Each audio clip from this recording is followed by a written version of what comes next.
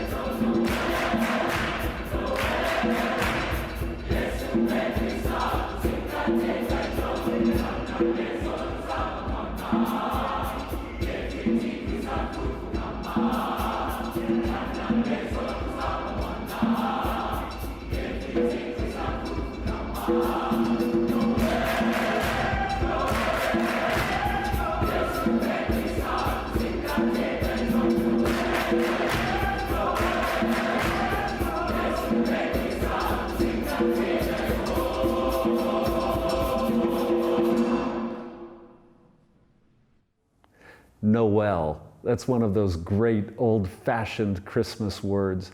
And Christmas time is filled with old words like Tannenbaum and wassail and nog and magi. Noel comes from the French, and it just means Christmas or a birth at Christmas. And we sing, of course, about the first Noel, the birth of Christ. Noel. What are some of your oldest memories of Christmas? Your first memories? Right now, I'm remembering being at my grandma's house as a kindergartner in Des Moines, Iowa. My grandmother was a music director at a church, and oddly enough, she owned her own full set of handbells for the family. And so she taught my dad and my two uncles to play handbells. And so on Christmas morning, the entire family, cousins, would gather at her house, and the three sons would play handbell carols to us. That one on the left is my dad with his two brothers. But I have another memory. I remember when my dad was preaching, he became a Methodist minister, and one late Christmas Eve at the 11 p.m. service, I was about second grade, and I was sitting in the balcony, and as my dad was preaching, I began to fall asleep. And I laid down in the pew, and I have this great Christmas memory of being half asleep, sort of hearing my dad's voice. I actually love it when I put people to sleep when I'm preaching, because to me that's such a calm, peaceful memory. I don't mind at all if someone just falls asleep as I preach, because that means church is a calm and loving place. Do you agree with me, Juan? Well, what's fascinating is that when I think of Christmas and Noel, I think of my upbringing in Puerto Rico and how fun and party-like was like. Music was blaring, and even in the church there was a lot of rhythm, and there was a sense of joy. In some ways, thinking about songs like Silent Night didn't make any sense to me as a child, because Christmas or Navidad was not silent at all. It was full of fiesta and gathering together and music and loud and a sense in the air of energy. So that's my early memories of Christmas, are that energetic, joyful place where family gathered and danced together and heard music, all interspersed with this deep faith that no matter how difficult the year had been, it might just be better the coming year. That's my memory of Christmas. I love the festivity of that and the difference between Des Moines, Iowa and Puerto Rico. Right? That's lovely. What are your memories of Christmas? And so now we go to another beautiful song. It Came Upon a Midnight Clear. Listen to this beautiful duet by Tom and Sam.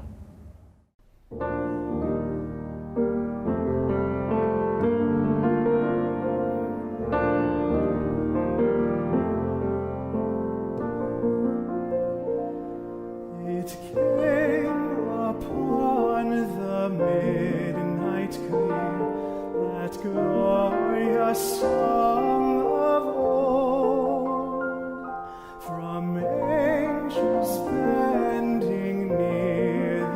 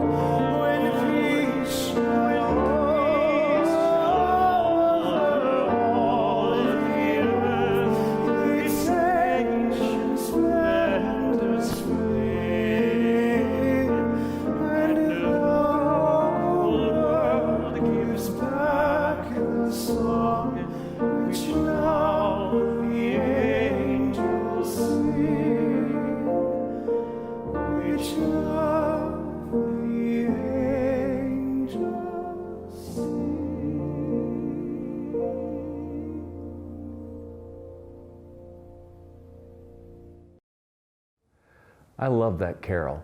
And I think what I love about it is it's not just happy and merry and joyful. It has a slight melancholic tinge to it. You know, that song was written by Edmund Sears.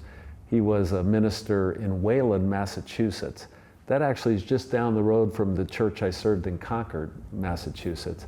It was written in the early 1800s, and Edmund Sears suffered from depressions, but he had a deep faith.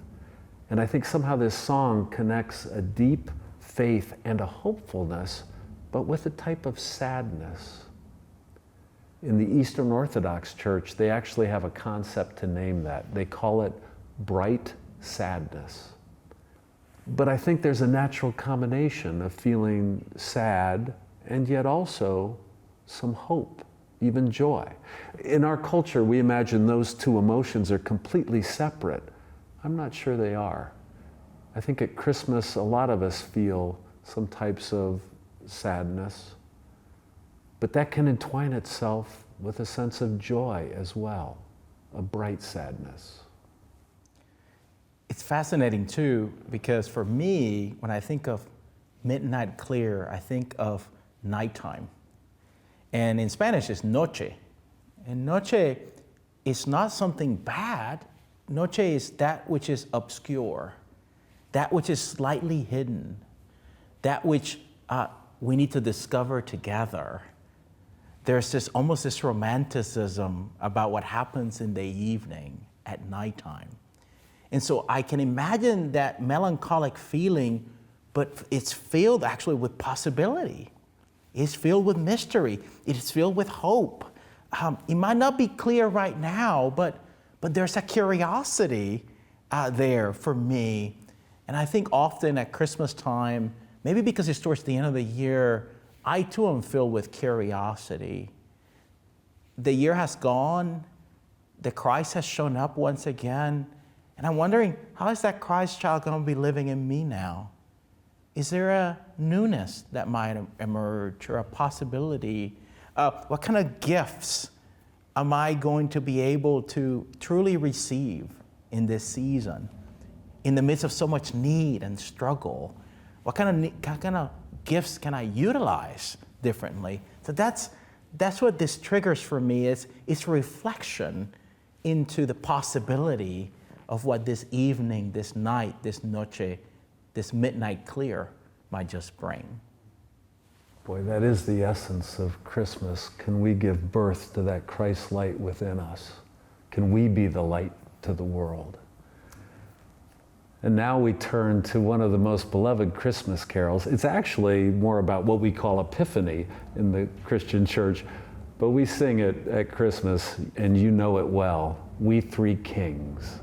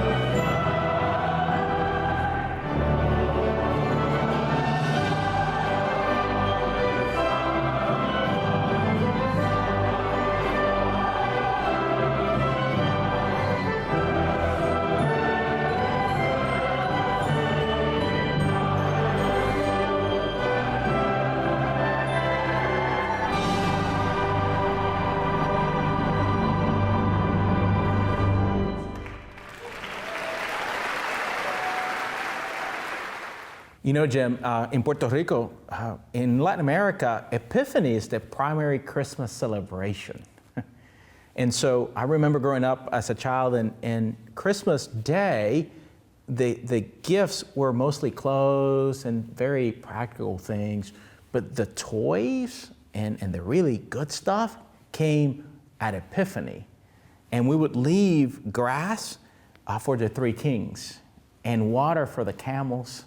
And we would leave them these gifts, and then they would leave you gifts by your bed.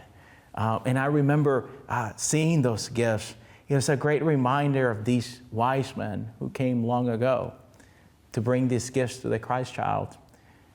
And again, I asked myself the question, what does this Christ child do in my own life? What gifts does this Christ child bring to me to this day as a grown-up, no longer leaving grass and water for camels? What kind of gifts do these wise men bring? The other thing that I think about is this star that these wise men followed. And am I missing the guiding star in my life towards light and hope and joy and compassion and peace? Am I missing something? Am I paying attention? And so in this season, I'm hopeful that we pay attention. We have gifts to give to one another and to the world. We have a Christ who still shines a star for us to follow. And hopefully, if I pay attention and if we pay attention together, we might be a better humanity, a more loving, compassionate, and just humanity. Wise indeed to this day. Does that make any sense? Oh, yeah, that's wonderful. It's interesting to me, you naturally went from we three kings to calling them the wise men. How did they become kings in this carol we just heard? Actually, nobody knows exactly how that notion developed, but it developed really early. In the 2nd century, the church fathers started to talk about the three kings. Now, scripture says the magi, which are court astrologers or wise men, advisors. But then very early in the church, they became kings, probably because Isaiah 60 and a psalm talk about kings bowing down to the king. And so it's a wonderful act of the imagination to turn these magi into kings, a faithful imagination. I mean, what an image. Kings bowing down, worldly authorities, power, coercive power, bowing down to the King of Peace. I love that they became we three kings, and I love that Christmas is a time of faithful imagination.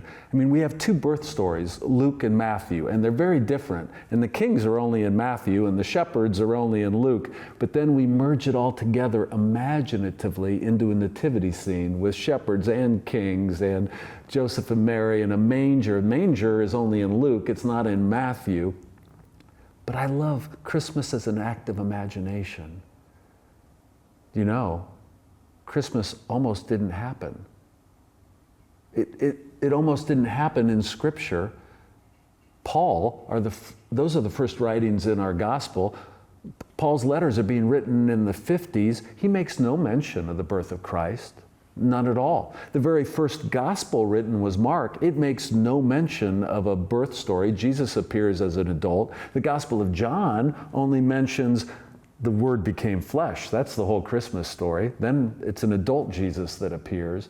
It's only Luke and Matthew that give this birth story, but then in an act of faithful imagination, Christians through all the ages have taken those stories, merged them together, but more importantly, brought them into our heart. We have much we need to give birth to. More peace, more love, more hope. This has been a different type of worship today. Instead of a full sermon, I was afraid a sermon might put someone to sleep. Not just a sermon, we took some beautiful Christmas music, just shared some thoughts. But what I hope is it has animated in you some deeper sense of this season. Merry Christmas. May God fill you with peace and joy and love and imagination and new life. May the star guide all of us into a more just world. Merry Christmas. Sie hat in the holy name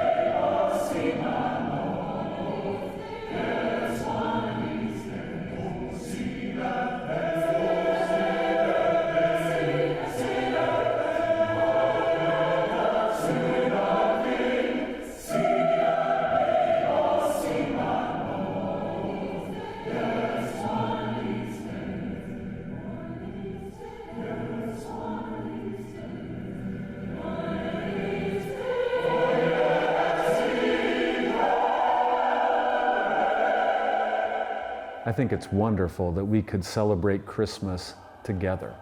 Do you know you could join our worship services live every Sunday on YouTube and Facebook or our website, and all of that is made possible by friends like you. If you believe that an open-minded, loving congregation can help change the world, then consider making a donation. It will help us increase the love of God and neighbor, both in Nebraska and the world. If you would like to learn more about our church, go to firstplymouth.org. You can watch videos of the sermons, learn about our many programs and missions, then follow us to Facebook and become a friend. We now worship online at 9 a.m. and 10:30 on YouTube, Facebook, Vimeo, and our website. We also add live events, so join us online. The reason the faith is filled with so much beautiful music is it's trying to put you in harmony with God, in concert with the essence of all things. When you are in rhythm with the divine, you can reach out and live. Tune in again next week for another edition of Reach Out and Live.